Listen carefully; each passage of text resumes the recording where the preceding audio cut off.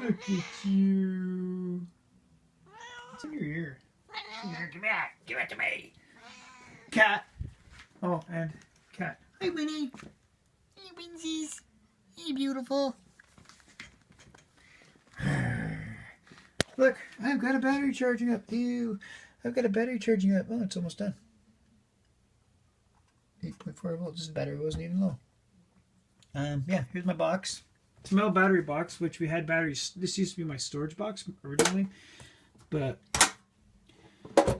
see, I don't have an extra LiPo bag that I can spare right now because the other battery, damn it, closed. Because the other batteries are in there in bags. But anyway, this used to be my battery box. It had a handle on it. We used to use this when we went somewhere. But we had it in the oven because I was trying to find a safe place to store them because LiPos are dangerous. And we turned on the oven one day to cook something. We forgot to look in the oven, and yeah, just burnt the fucking house down. Anyway, so now it's my charging box. So I'm charging the batteries. They're in the box. Yeah, batteries are in here. This is my LiPo safe, as I call it, because I think they can pretty much get angry in there and should be safe. It's all toolbox. Yeah, King Hauler.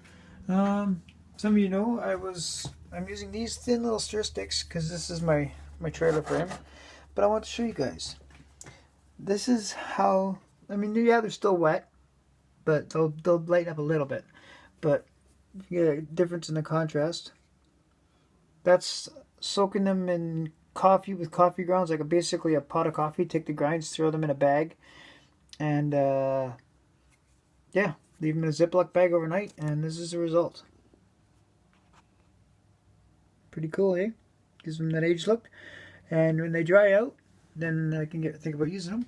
But I want to show you a couple of my favorites. Like this one.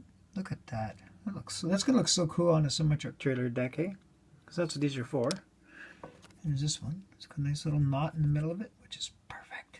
Because, you know, as I said, most semi-truck trailers, they don't use good wood for the decks. Look at that little bird eye.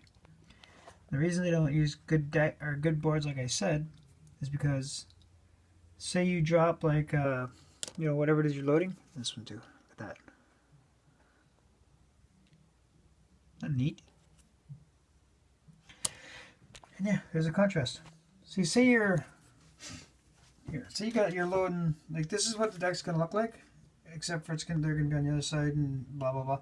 Say you're loading something, you drop something heavy on the deck, and it goes. Like, sorry, these are flexible. And, oh, it's like that. Oh shit! Broke a board in the semi-trailer. You know? Oh no! Then they just have to take out one board, replace it, done. Instead of replacing the whole deck. That's why you see a lot of flat deck semi-truck trailers with 2x6s on them. And like I said, they don't use 2x10s that often because 2x10s are expensive. 2x6s are better than a 2x4 because it takes less. So that's the cost-efficient margin right there. That's why you see a lot of 2x4s and 2x6s on semi-truck trailer flatbeds, because they're cost-effective. You break a board, take it out, throw a new one in, blow 2 bolts through it, you're done, good to go. And that's why most trailers look like shit, because, well, it's a flat deck. They don't get a lot of love. But anyway, when I make the deck up, I am gonna be putting like 1 or 2 new boards in like this that are clean, just to give the appearance of having a board or 2 being replaced. The trailer will just look like it's been repainted, because I'm gonna be doing the trailer frame yellow.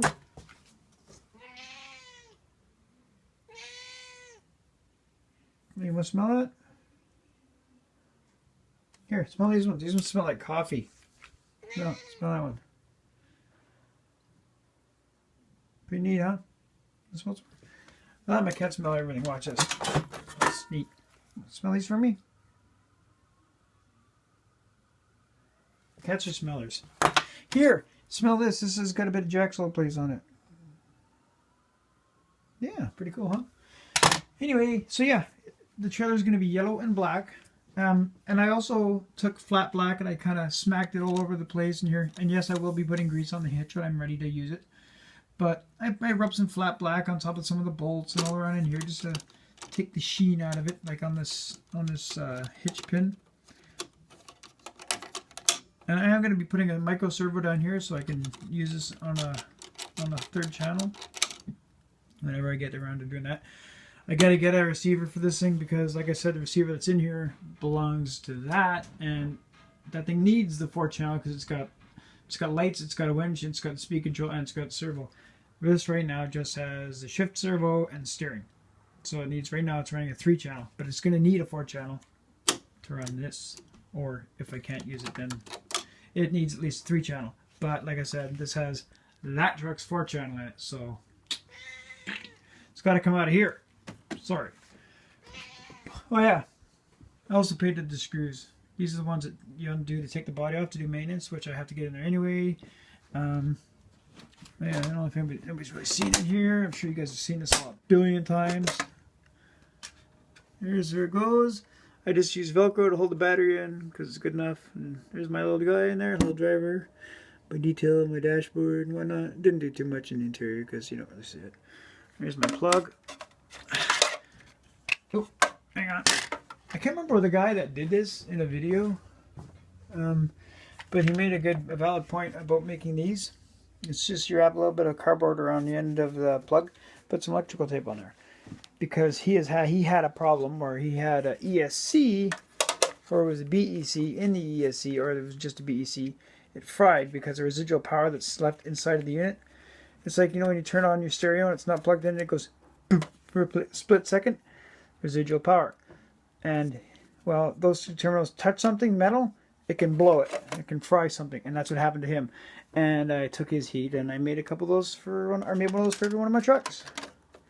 Safety first. You know, I can't afford to replace stuff, so I followed by example. And yeah, that's what somebody told me to do, and that's what I did for all my trucks. They all have one. Yeah. So anyway, there's that. There's my trailer frame so far. Don't leave your batteries unattended when they're charging, ever. Like I said before, here it is. Here's the main part of my hitch. Like I said, that's going to go there. And this goes on the front. That's the striker plate. It's the way like that.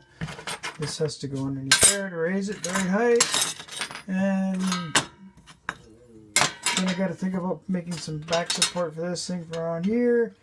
Figure it all out. And I got to then start thinking about the frame and more wheels and axles. And I still have to build axles. I don't have axles. I want to use these wheels and tires on here, but I don't know how to do it.